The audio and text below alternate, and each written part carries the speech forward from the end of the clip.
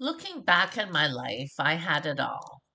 I was married, I had a home, a vehicle, I had two dogs that were like my babies, 16 beauty salons with full staff running them. Money was coming in, my business was flourishing. I had clients and wonderful staff, and even an assistant to help me. I was nominated for top business awards, and my personal life looked like it had it all from the outside looking in. But on the inside, my soul was crying out for help.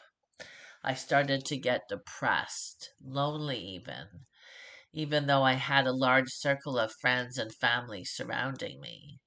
From the outside, it probably looked like I had it all together, but the inside, I carried so much pressure. The strange part was that I was successful, but I didn't feel fully connected to myself anymore. There was a disconnect somewhere, and I didn't understand what was going on. It took a lot of energy to maintain this image of success when deep inside I was so happy. And I remember looking back now, I had a 5,000 square foot salon and spa that I renovated and built basically from the ground up. And it was beautiful. We even had a makeup academy in there, and I was launching it for an open house. And one of my friends from high school came to visit, and she was at the open house, and she said, "Wow, you're so successful. You must be so happy." And I didn't even think.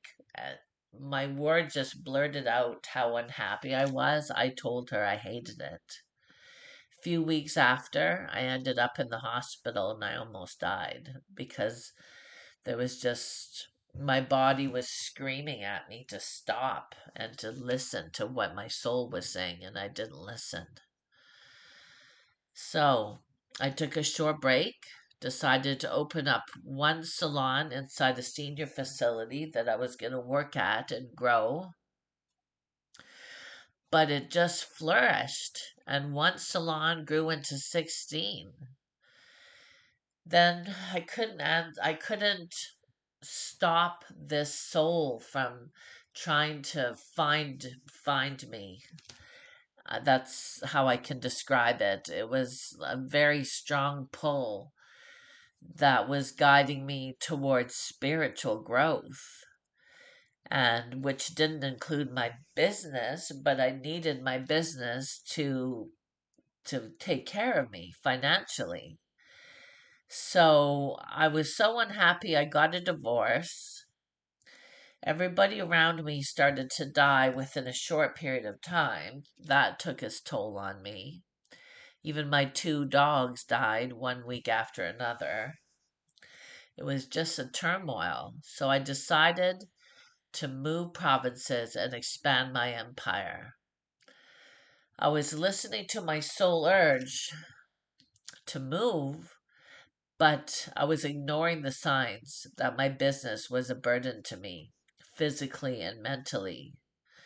My soul was trying to move into a different direction.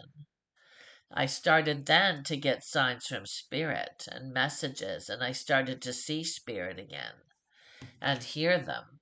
I I used to see and hear spirit when I was a young child, but it went away as I grew older. So now I started to see them again, and I was running my salons from this different province, and I was happier when I was working with spirit, but I still had the burden of running the salons, and that took its toll on me. And basically, the spirit's whispers became too loud to ignore, and the stress of it all was at an all time high. And I went into mania, psychosis, and later was diagnosed with bipolar. I ended up in the hospital for over 2 months long. I lost everything, and I write about that in my memoir, Soul Dance.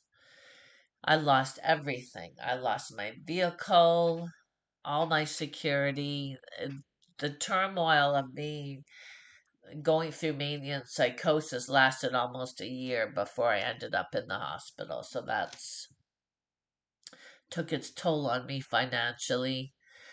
My salons, it's like they disintegrated. It just, everything collapsed around me. I was even homeless in the hospital because I lost everything and I had to find a place for me to go. So I found a rooming house out of town of Victoria in a little place called Souk. It was, I realized I was all alone in the world. It was a hard realization for me. My entire community of friends and family and society were gone too, because the stigma of mental health is why I lost the community. People didn't understand what went on with me, so they fled. But what I realized that spirit did not leave me. There were times when I lost my faith, but spirit did not lose faith in me. The moment I decided to listen to the call of spirit was when I ended up in the rooming house. I knew then I couldn't go back to my old way of life. It just wasn't even an option. I I was just not in a good place mentally, and I had to build myself from the ground up. I started to dive into spirit, the law of attraction, the Tao Te Ching, and mediumship and soul studies. I started to listen to my soul's whispers. I started to meditate and be quiet in the moment. It was then that I started to write poetry. So I'm going to ask you, if you're sitting on your own success right now, feeling like something is missing, you aren't ungrateful. You're evolving. And I have a tool for you that I've developed. It's called the Who Am I Journal. It's a journal, it's beautifully designed, and it's 200 pages, but the first 30 have prompts in them. So the prompts I want to ask you today, so if you get a pen and a paper and write these down and answer them. I am most authentic when, and fill in the blank. The second one is my soul's journey is about.